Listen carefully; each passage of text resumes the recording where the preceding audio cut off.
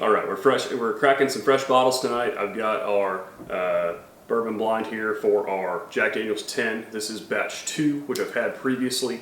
We're going to pair that with our Jack Daniel's 12 year. This is the newest release. This is batch 3. This one comes in at 107 proof. Like I said, this is the 2025 release. And then this is the brand new Jack 14 year. This is the first one that they've released that is batch proof. This one's 126.3. So we're going to blind all 3 of these. All 3 of Jack Daniel's age-stated whiskeys, and figured I'd go ahead and throw a single barrel proof in there. This is just a little 375 that I've got. But a nice little fresh crackle on this one too. This one's 132.7, so this is going to be the highest proof of the 4 that we're sampling tonight. So I'm going to go ahead and do a fresh crack on all 4 of these, and we'll go ahead and get started. I'll have my wife pour these for me, switch them up. I'm going to have 4 different glasses, so I've got one for each distillery here on my tasting board. I've got an Old Forester Glencairn, a Bardstown Bourbon Company Glencairn. We've got a Michter's and an A. Smith Bowman Glencairn. Just got back from my trip from A. Smith Bowman to pick up my batch 4 cash strength.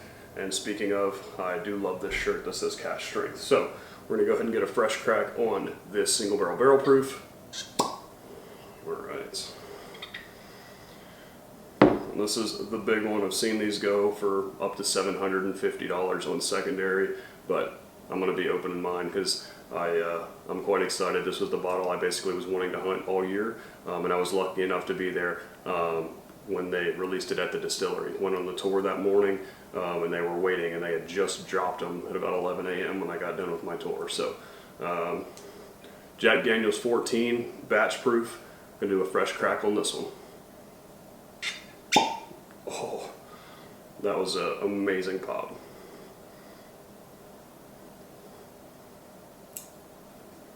Alright, and then this is batch 3 of that Jack 12. We're going to do a fresh crack on this one as well. Oh man, that's just beautiful.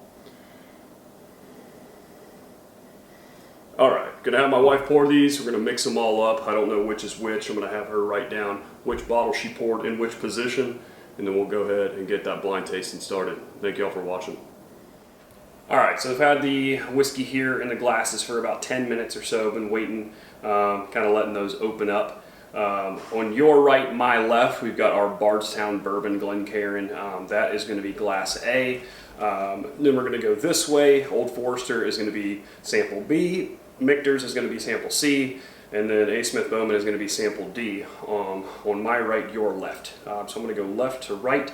And I'm going to judge each off the SIP survey scale. We're going to go nose, palate, and finish, so out of 10. And then we'll kind of add those scores up and just see which one I prefer. Like I said, I wanted to do a little bit of a proof range. That way, you know, it's as safe as possible. Do have the Jack Daniel's single barrel proof. That one is the highest proof. It's going to be 132.7. all the way down to our age-stated Jack Daniel's 10 year, which will be at 97 proof. So we'll go ahead, cleanse our palate, and then we will go to glass A. And I think I'm going to nose all 4, and then I'm going to try all 4, and then we'll go back.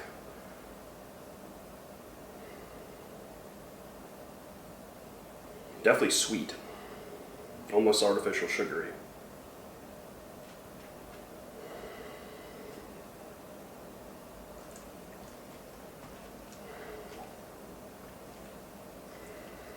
Hard to tell in the first one about proof. Let's go to our sample B.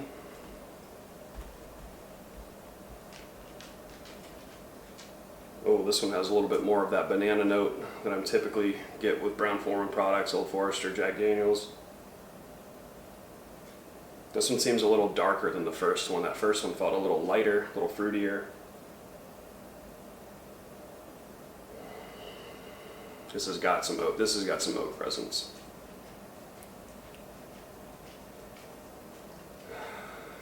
This one smells very rich. I like that nose. I like the nose on B a little bit better than I like the nose on A. Let's go to sample C here. Oh man. man, this one is like frosting. This one is super sweet. Very similar to Glass A. This one has that very artificial sugar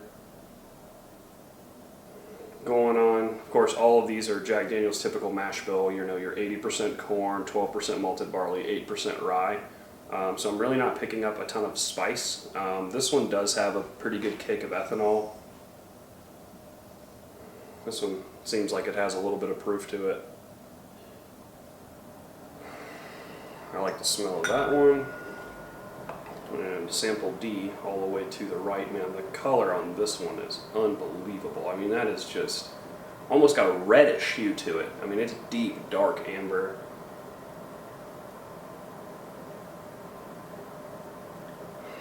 This one has a little bit, I don't think I'm getting much banana on this one, but it's got a fruitier aspect to it. This one smells really rich. I will say A and C are very similar. This one's a little faint. This one, man, they all are super sweet on the nose.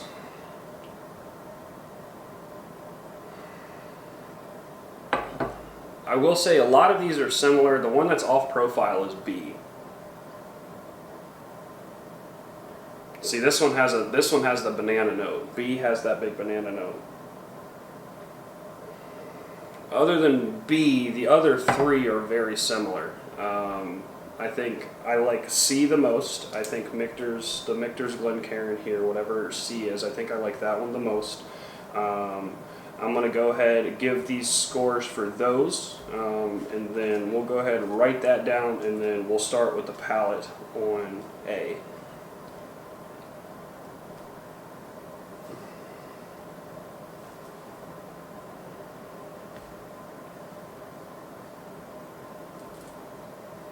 Okay, let's go to the palate. To your health.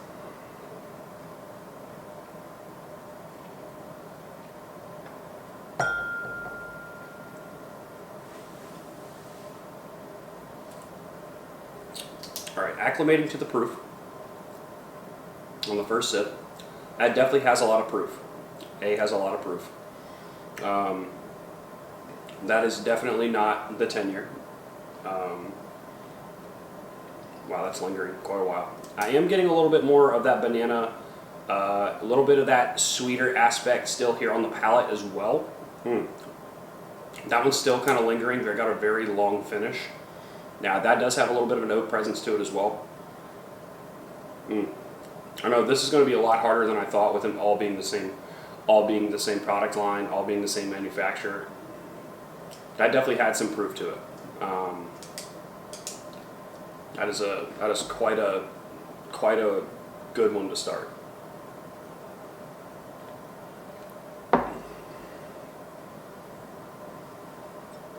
All right, let's go to B. This was the off-profile one on the nose.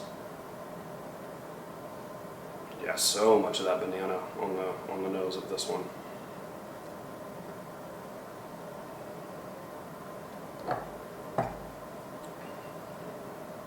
Oh wow. Okay, completely different flavor profile here. So much lower proof. Wow, that's balanced. That has a lot of stuff going on. There is a little bit of a bitter flavor mid-palate, like a dark chocolate. But it changed flavor from front to back. I'm going to go back for a second sip on this one.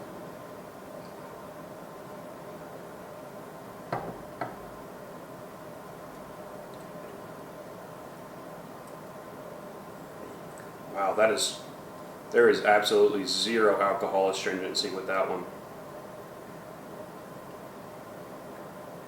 Wow. I do get the banana on the palate. It's kind of like a little bready characteristic to it, kind of like a banana bread thing going on. Less sweet than I thought it would have been on the nose. Not quite as sweet as I thought it was going to be. The proof on the Bardstown glass, whatever the proof on A is, it has to be 15 or 20 proof points higher than B. That is these are stark, these are very contrasting in terms of proof. I mean, obviously this was my first sip, so I had to acclimate myself to the proof, but that felt like it was in the higher 120s, 130s. This feels like it's 90 proof, I mean, compared to the first one. So that one is way lower proof. Let's go to glass C.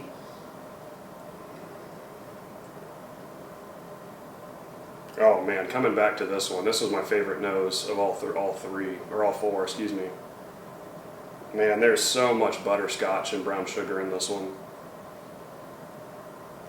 Wow, this one's fruity, brown sugar, butterscotch. Man, this one is up my alley. This is my style.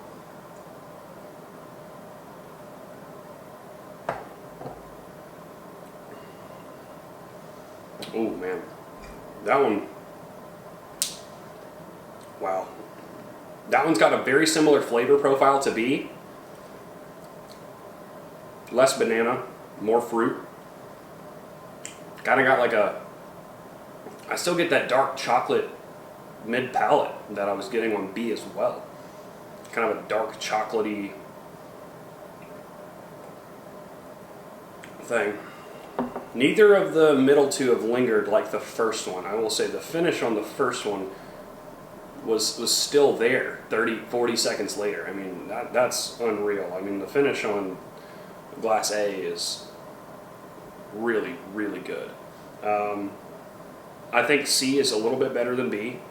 I need to go back and try A one more time, but let's try sample D.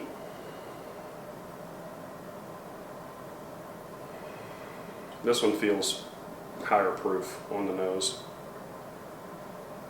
It is a touch fainter, I will say. I'm not getting as much on the nose in terms of sugar. This one feels like it's heavily oaked. I'm getting a little ethanol if I really dig my nose down in there.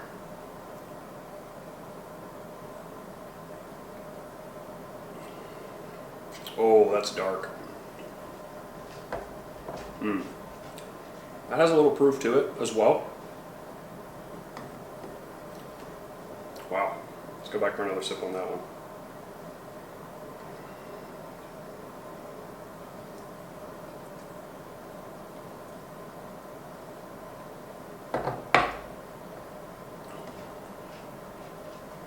Wow. That's got a great, man, that's balanced. That's got a great finish. The proof, the two proofy ones are on the ends here. Bardstown glass and A. Smith Bowman glass. The hottest one, the one that drank the hottest was Bardstown. Oh my goodness. Coming back to D, man, this Kentucky hug is just holding on right now.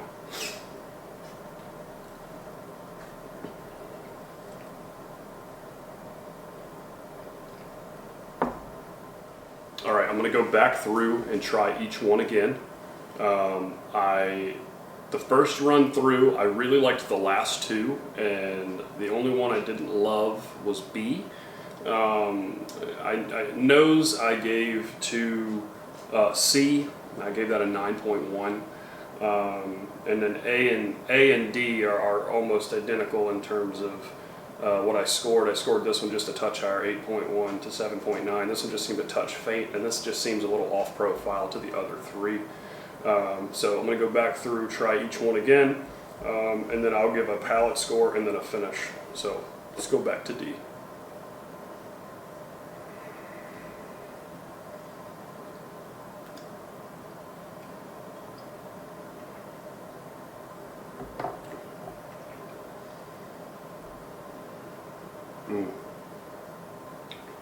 Man, that's balanced oak in D.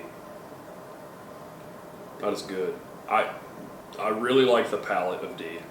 The palate of D is pretty exceptional.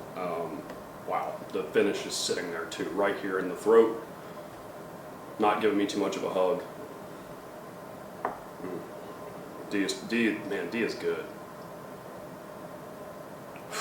The nose of C kills everything else. I mean, I said it before, there's so much butterscotch and brown sugar in C.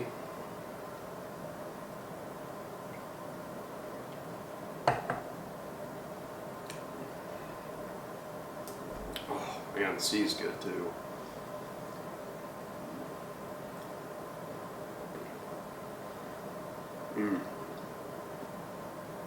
It's less proofy than D.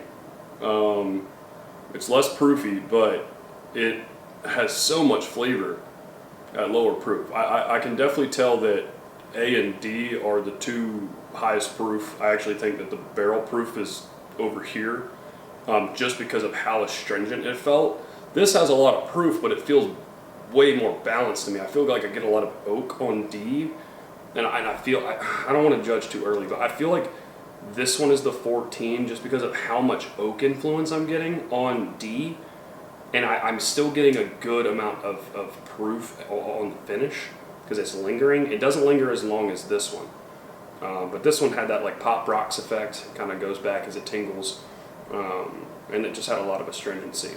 All right, let's go to B. This is the one I didn't. Yeah, see, this one's off profile. Whatever B is off profile to the other three. This doesn't smell like the other three. This one's got like some of that dark chocolate on the nose. I'm still getting a lot of the banana.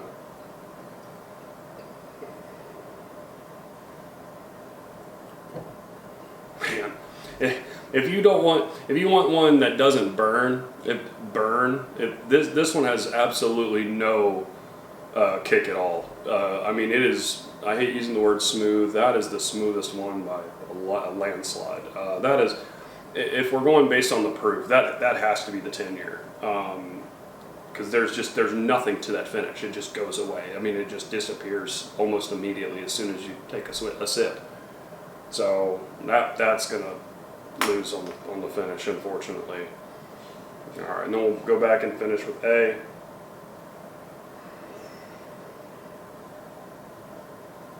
Man, this one definitely has some proof. The ethanol hits you so quick on the nose. It does smell like C and D.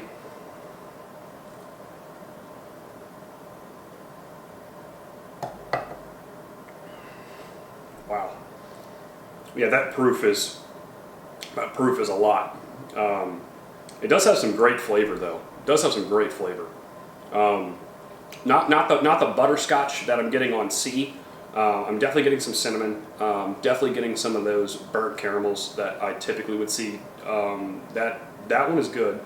I think I definitely am leaning towards these two as my favorite. I will say the finish on A is probably the longest, and it's lingering. I'm watching it drip down the side of the glass. I mean, that's gotta have some proof. Let's see here. I definitely think that B is the 10-year. That's the only one I'm really sure about, and I think these two are very high in proof. I just think that D, I don't want to say I know it's the 14-year. It just has a lot of more oak influence than the others. All right, I'm gonna write down my palette numbers for the 4, and then write my finish numbers, and then I'm gonna go ahead and tally them up really quick. All right, after adding them all up, here are our final numbers. For glass A, I've got the nose at 8.1, our palate at 7.5, and our finish at 9.4, giving us a total of 25 out of 30 for A. B, I've got the nose at 6.5. Felt like that one was the one that was the most off profile of the 4.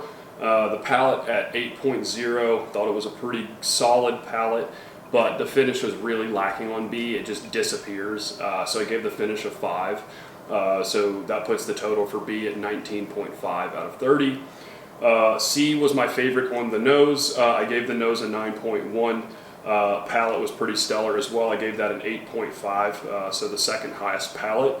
And the finish, not quite as good as D or A, but it definitely was better than B. I gave the finish a 7.7 on the finish, which gives that glass a total of 25.3 out of 30, so higher than the previous two.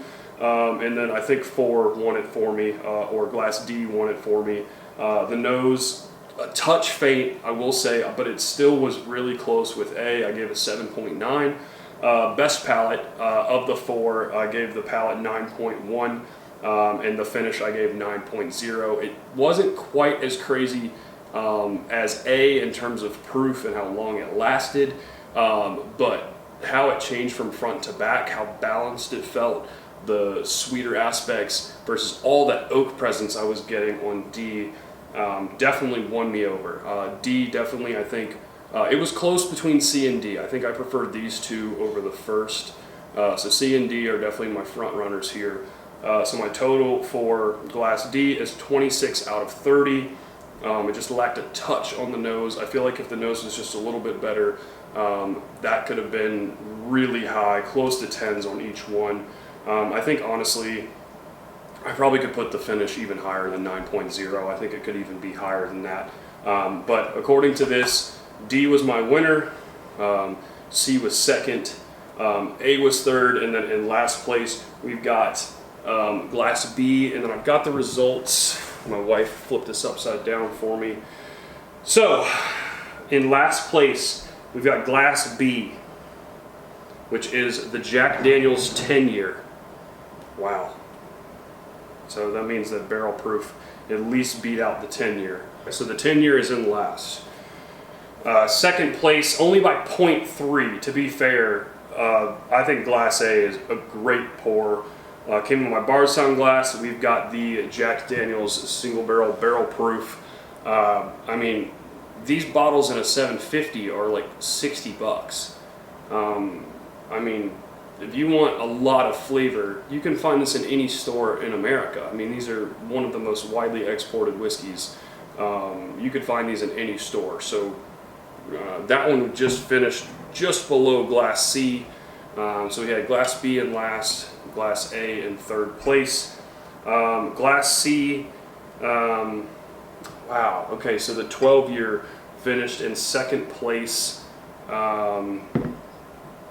I think honestly, I think the big difference between the 14 and the 12, that means the 14-year finished in first place.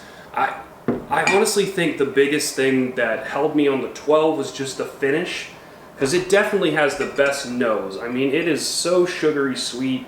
I gave this 9.1 in the nose. Like I said, the 14-year lacked just a little bit on the nose. Palates were very similar. I gave this an 8.5. I gave this a 9.1. And the finish was just a little, I mean, it's a great finish. I just kind of forgot that this is 107 proof. I mean, I think if you're wanting a more drinkable and palatable experience, the 12-year might be the bottle you're looking for. I just tend to like higher proof stuff myself. So I think that's why I really enjoyed the single barrel proof. It is definitely hot. It drinks its proof. It may be even more than its proof. It's almost 133.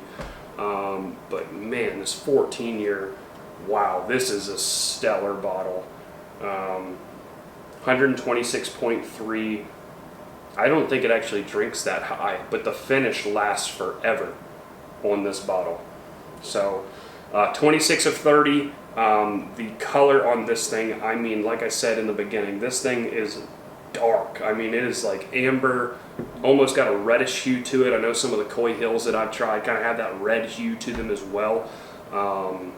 I think this is a great blind. I sort of expected the 10-year to finish in last just because of that low proof point. I really expected the 12-year, I mean, from the batches that I've had in the past, I've really enjoyed that. So I really wanted to compare that to the batch proof version. MSRP price on these, when I purchased them at the distillery, was $89 for the 10-year, $99 for the 12-year, and this is $149 for the 14-year. So for the $50 extra, you could buy, at least a 375 of this for the 50 extra bucks. I think definitely if you're looking for a premier experience and you can't find the 14, I know there's going to be more of the 12-year. They have done this batch 3 years in a row now, so this is the third batch of it. I'm probably going to be drinking on that 12-year a lot more to try to savor the little sips of that 14-year that I've got. I was able to get a backup of the 12, so I will definitely be sipping on that one quite a lot. If you do get a chance to purchase these at MSRP, even maybe a little bit more than MSRP, especially these two, I think they're worth it. I've seen the 14 go for up to $750 on secondary. I think that's a little insane, considering MSRP is $150. 12 year I've seen go for, I mean, the first week it was going for about $350. I've seen it drop back down now. You know, it's in that $220, $225-ish range now. I'd definitely pay $150 for the 12 year. It is a great bottle. Really enjoy this pour.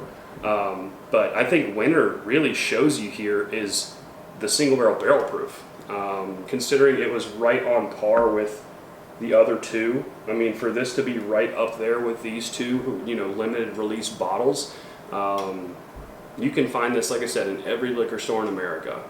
So if you really want that premier experience from Jack Daniel's, go ahead and pick yourself up one of these. I mean, whether it be a $375 or a $750, these are worth the money. These are $50 to $60 in a $750. Definitely worth the experience. I think that's going to be it for me. I'm going to let you guys go watch other videos. If you did tune into the channel, thank you so much. This is Liskey's Whiskey channel. I really appreciate you guys watching. Just want to get some more whiskey content out for you guys. If you want to follow me on Instagram or TikTok, it is at Liskey's Whiskey. I appreciate you guys tuning in, and we'll see you in the next one.